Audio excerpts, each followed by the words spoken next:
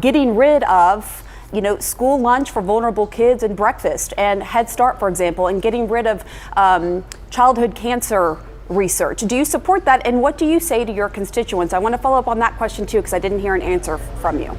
Sure. So I'm an ER doc, and I know that philanthropy is where you get most of your money for childhood cancer research, for example.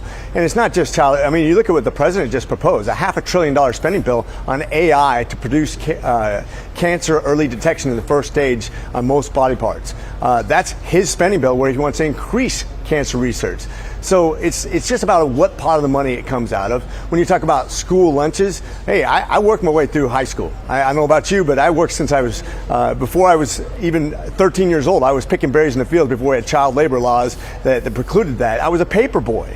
And when I was in high school, I worked my entire way through. You're telling me that kids who stay at home instead of going to work at Burger King, McDonald's during the summer, should stay at home and get their free lunch instead of going to work? I think we need to have a top-down review. I think you're painting a lot of these kids with a broad brush. I would say that's not necessarily a fair assessment of all of the kids. So you would say all the kids in your district who use the free lunch, for example, or breakfast, they're all just sitting at home and not working.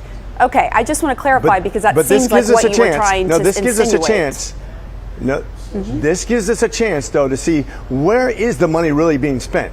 Who can actually go and actually produce their own income? Who can actually go out there and do something that makes them have value and work skills for the future? I mean, how many people got their start in fast food restaurants when they were kids versus just giving a blanket rule that gives all kids lunches in high school who are capable of going out and actually getting a job and doing something that makes them have value, thinking about their future instead of thinking about how they're going to sponge off the government when they don't need to.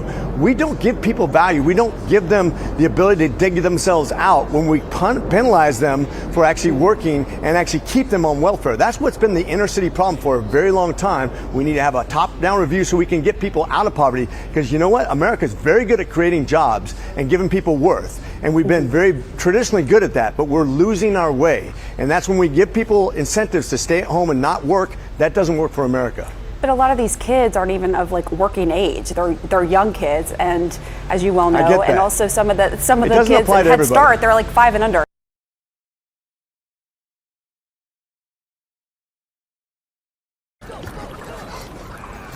This is super complicated, Bob.